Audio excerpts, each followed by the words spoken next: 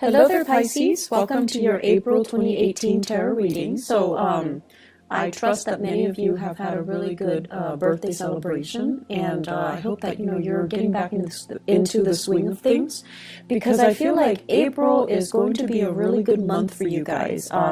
There are some things that you kind of need to overcome, some challenges that you need to overcome, but overall, it's a really good month for you to try to, lay down that blueprint for yourself and try to figure out the next step in your professional evolution, in your relationship sector as well, okay? So I'm going to relay 4 big messages for you guys that came out in this spread, and then we're going to go into these messages one by one and try to unpack them and see which areas they are affecting your circumstances for the month of April.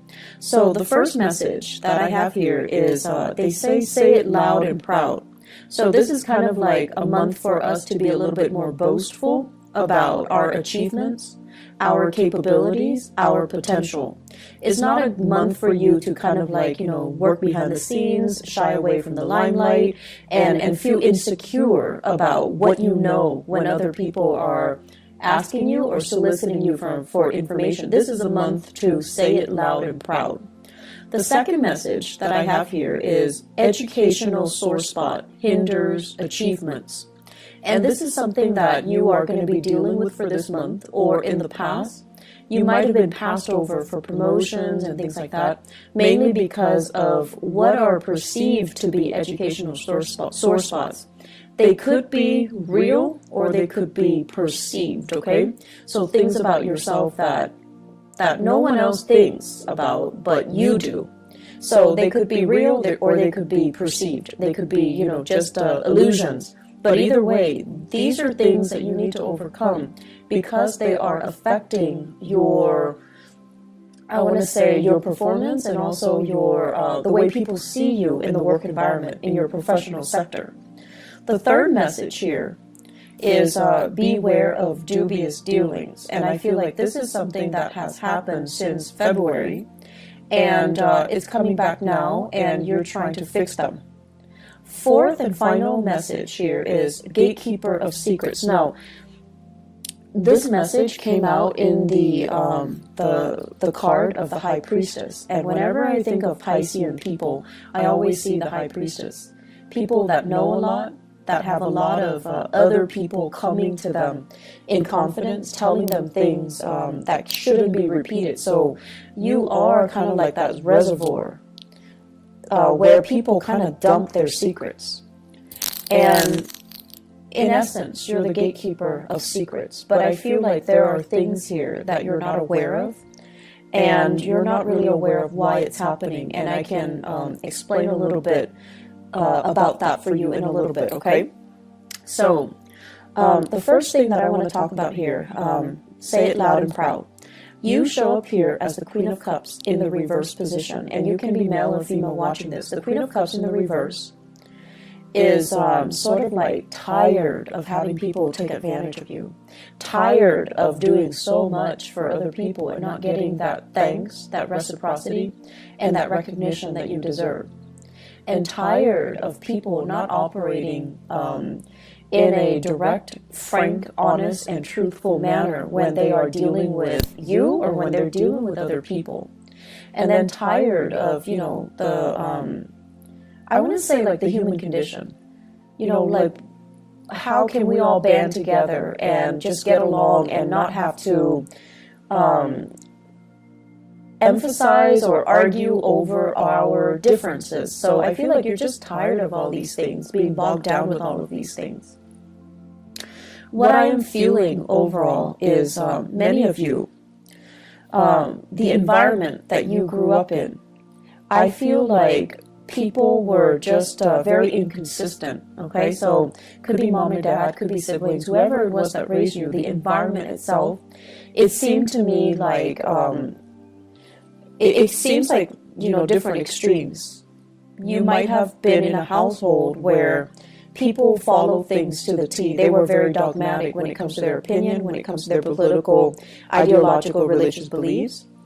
And there wasn't really a a path to follow. It was just, you know, dogma, doctrine. And they didn't really think for themselves, and they told you what you had to do, and you're not really making that connection between what you had to do and exactly why you had to do those things. So you just did it, you just obeyed. And then for others, it's like growing up in a household where people were very, very inconsistent. And they say one thing and do another. They preach one thing, and then they kind of hold that in themselves to like a higher standards or double standards, and they don't really practice what they preach. And so you're getting a lot of conflicting information, and you're also getting a lot of kind of like two-sided messages, okay? And life, morality, and just what's right, what's wrong, and what's expected of me. Expectations became very, very confusing. And so this message here, say it loud and proud, has a lot more to do with you, who you are, and what you're trying to do and what you really believe in, independent of all of those inconsistencies around you.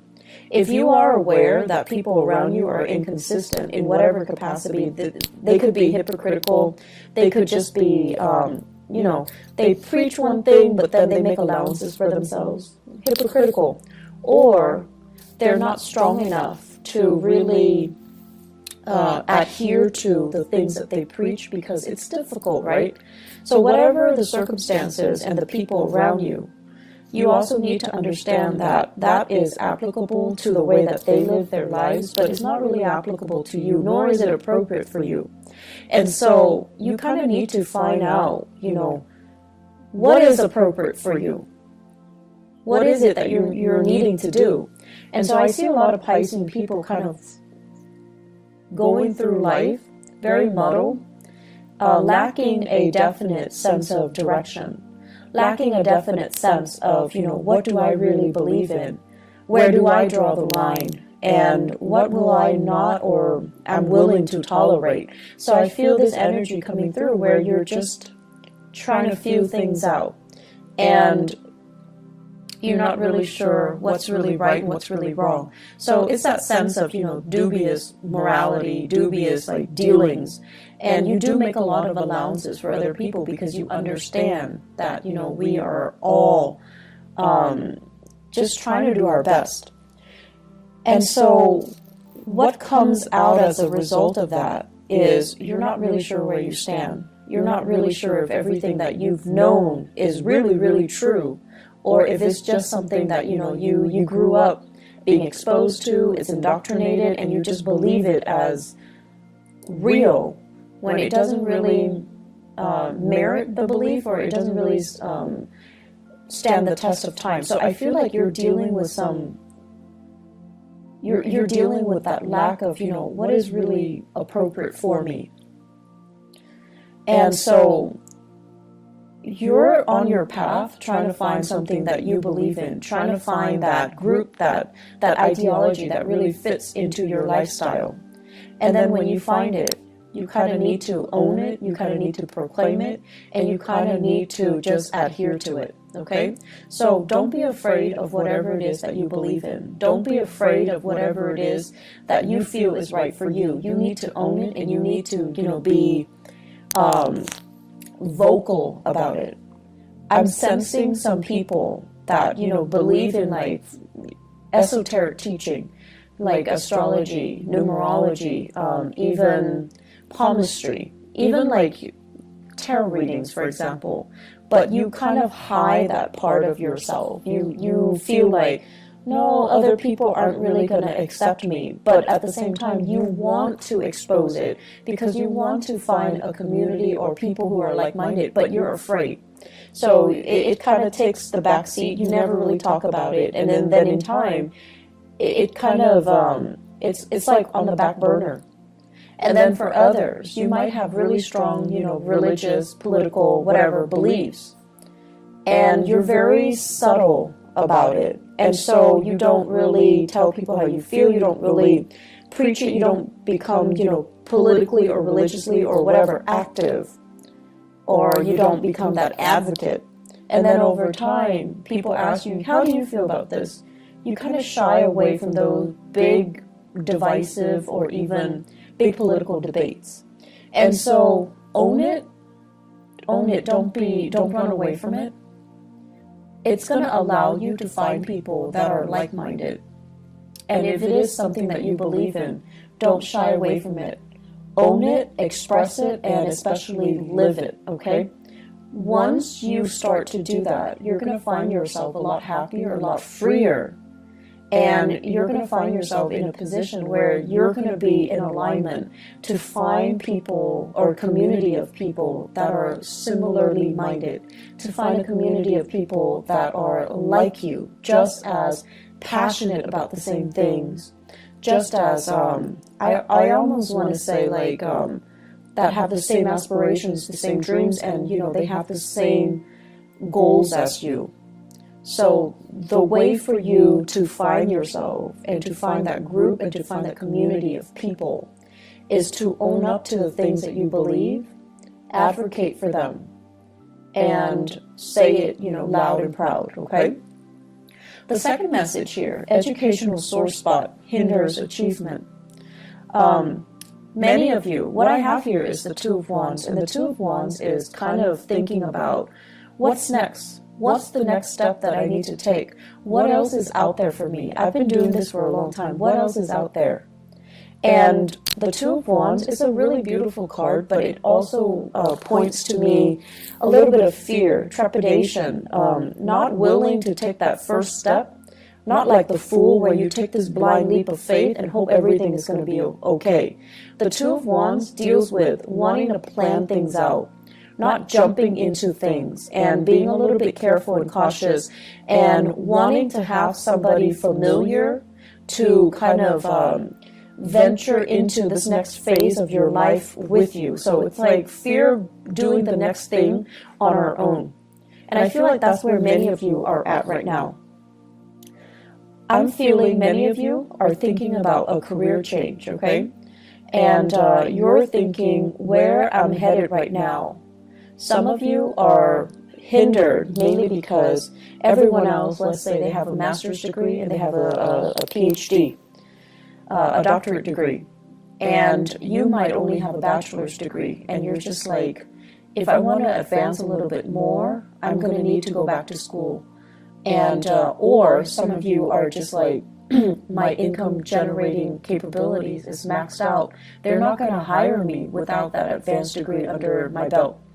So what can I do? Should I switch direction? Should I change, switch gears and go into a different path altogether? Or should I think about my career development? And, every time we go back to school, it's a big trade-off, right? Because it's about leaving school, like higher education. It would take like 4 for a bachelor's and then 2 years for a master's degree. If you're doing it part-time, then it takes a little bit longer. So you're kind of making that calculus, and you're trying to think about the trade-offs, 2 or 4 years of foregoing really good earnings in order to go back to school, or having to suffer through school, doing it part-time and not having the time to yourself and not having the time to, for leisure activities, or not having the time to take care of everything that you need to take care of, children, family members, your significant other, and so forth. So for many of you, it's a very difficult decision. It's a big trade-off. I would advise that you do it because investing in yourself, it's always a good decision. And if you think of education as a huge investment in ourselves, that's the way we have to look at it. Yes, it can propel you to that next step in your professional life where you get paid more, where your doors will open for you when it comes to promotion. Yes, you have all of these things. But ultimately, education is an investment. And the reason why you might not have taken this route is because you feel like I can learn through unorthodox ways. Like, I can learn through life. I can learn through working. I don't need to go back to school. But I feel like where things are set up for you guys professionally, school, additional schooling, additional education is going to be required. And going back to school, if you've been thinking about this, mulling this over for quite some time, I feel that you need to stop dithering and you need to just do it, okay? So big discussions are coming here in your professional life. And I feel like for many of you, there are people advancing, people that are new in the organization. They're advancing. And I also feel many of you are keeping in touch with your peers through social media. And you're seeing them progress professionally in their career. And you're seeing that, you know, a few years ago they went to school. They disappeared. They just disappear off the face of the earth, off social media. And all of a sudden they've got their degree. And now they're like in a really good position. And I feel like that's becoming a big motivation for you. And it's there for a reason. I do think things happen for a reason. So really think about that. Others of you have already reached that zenith. So it's like you're at the top of that mountain. And you're trying to figure out what's next. What's next for me? Do I want to stay here? Or do I want to go abroad? So I feel like you're staying here. The reason why you're staying here and you're not really pushing yourself to go abroad or pushing yourself for something new is because you have all of these, I want to say, earthly belongings, earthly possessions. So the message I'm hearing here is part ways with your earthly possessions. Homes, mortgage, car payments, you know, like all these little things. Well, they're not little. In the greater scheme of things, they are small. But where you are right now, these are things that you have spent a lot of time building up. Okay, so they're not just frivolous things.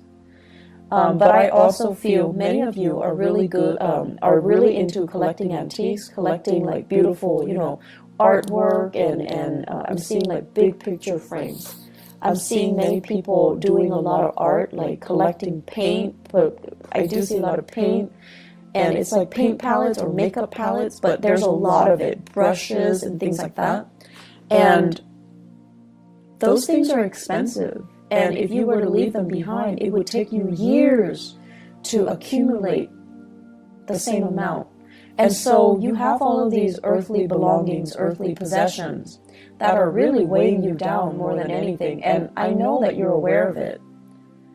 But it's really hard for you to, you know, think about them not being in your life, mainly because they're recreational things that you can fall back on. And they took a really long time to accumulate, so you're not ready for that process. But I definitely feel you're being bogged down with a lot of material things, and it is time for you to kind of sort through and figure out exactly why that's there, and whether or not, you know, whether or not they're really hindering your ability to be mobile, your ability to come and go as you please, your freedom of movement overall. My rule of thumb overall when it comes to things around the house, if you haven't touched it in 3 months, throw it out, donate it, whatever it is, okay? When it comes to clothing, and if you live in a more seasonal like location where you have summers and winters, if you haven't touched it in 6 months, donate it, throw it out. So that's my rule of thumb to a more minimalist lifestyle. You're going to find yourself a lot more happy, okay? So others of you, you have the education, you have the credentials, but I definitely feel like a severe lack of self-esteem.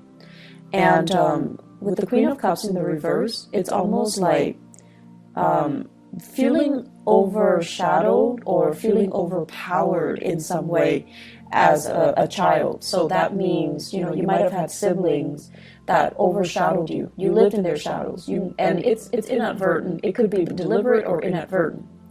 But you always think of yourself as like, oh, they're a lot smarter than me. They're a lot more successful. They have, you know, beautiful children. They have a beautiful house. They make more money than me. So that's your personal hang-up, okay? And you kind of need to release that. And then for others of you, feeling overpowered as a child, having parents that imposed a lot of expectations on you, and they were so perfectionistic that you felt like everything you did was not good enough. And so that can also be, you know, very traumatic. And so you become an adult where you speak in a way that is very meek, that is very evasive, because you don't want to be judged, you don't want to deal with criticism. And so speak up for yourselves, proclaim things loud and proud, and own up to your own ideas, and own up to, you know, just how intelligent you are, okay?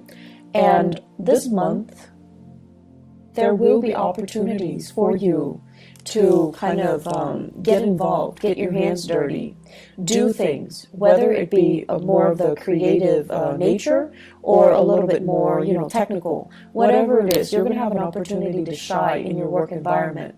And then you're going to start to see this whole time that you've been hanging, you've got these hang-ups that you needed to get rid of. And so you're going to start to shine. People will start to see you as a force to be reckoned with. And they're going to start to see how intelligent you are, how capable you are.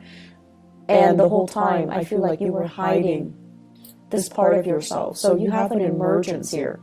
And I also feel for many of you, you're getting your first wave of support through love relationships. Either it's like a new relationship where someone is just like, hey, you're actually really good at this. You should do this more. They're giving you that encouragement. They're giving you that love and that support. And because of that, you're able to kind of believe in the things that that they're saying that's really great about you. Okay, so it's like gaining in self-confidence again. So, third message here, beware of dubious dealings. There's something going on here in your work situation where I feel almost like many of you are dealing with really sketchy environments. Somebody is telling you, you know, I did this, I committed fraud, I got involved in all of these things, and you just annotate it, but you can't really expose it. So it could be like confidentiality agreements between you and a client. If you're like a social worker, a therapist, even a paralegal assist, like a paralegal or even a lawyer. Okay, so for those of you in the legal profession or in the humanitarian profession, someone is telling you a lot of shady things that they have done or that have been done to them. You're annotating everything, you're documenting everything, but you're not really divulging information. So I feel like confidentiality. And then for others, I feel like there have been some shady financial dealings, things like done in the darkness of the night, people getting paid under the table, and things like that. So discussions regarding these issues, discussions about what I'm seeing here is it's the Five of Cups, and then the deck that I'm using says Mars in Scorpio.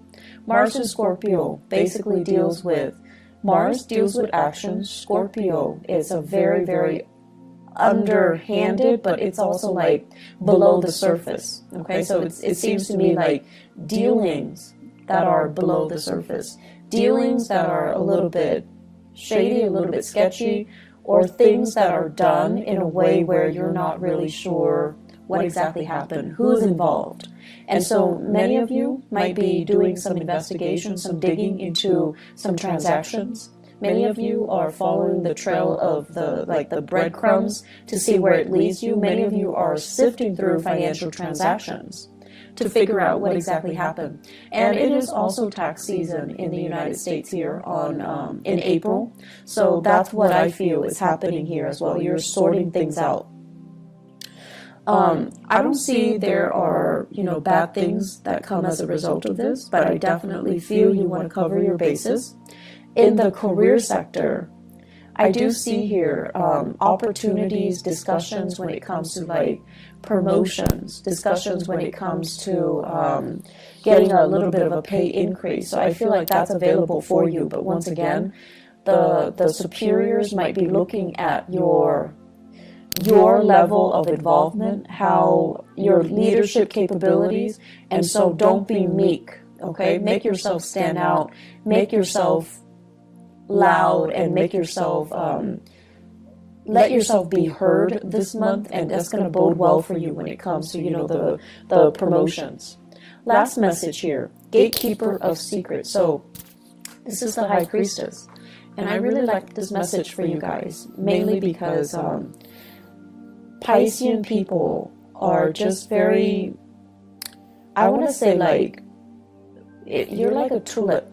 You're very, very elegant, but you also have, you know, really, really strong reserves of inner strength. And you know, the tulip, it springs up in the springtime and it lies dormant in the winter. It's able to survive the frost. It's able to be very self-contained. And it deals with, you know, being able to kind of like slip below the radar and let other people shine. So not stealing the limelight from other people, allowing other people to live and let live. So I feel like you have this really quiet reserve of inner strength about you that is very understated, and that is, you know, you're not boastful about it either. And I also feel many people, you have this non-judgmental way about you where you put people at ease. People come to you and they can bear their deepest, darkest secrets without feeling like you're judging them, okay? And so you are privy to a lot of confidential information. You are privy to just a lot of secrets. And I also feel, because, you know, your instinct is whatever you tell me stays in this room. I'm not going to expose it to anybody. I'm never going to, you know, betray your trust. So you can trust me with it. And so it's like a one-way street. It goes in, you shut the door, and the secret just never, ever, ever, ever gets out. And so the way that I'm looking at this is, a lot of us, we learn through trial and error. We learn through mistakes, right? And then others of us are a little bit more crafty. We learn by watching the mistakes of other people, and we learn what not to do. And so the fact that I feel many of you learn a lot through trial and error. And when you are emotionally compelled to do something, because emotionally you're worked up or you're invested in it, reason and logic tells you, no, not a good idea. Because you're emotionally compelled to do it, you're going to do it anyways.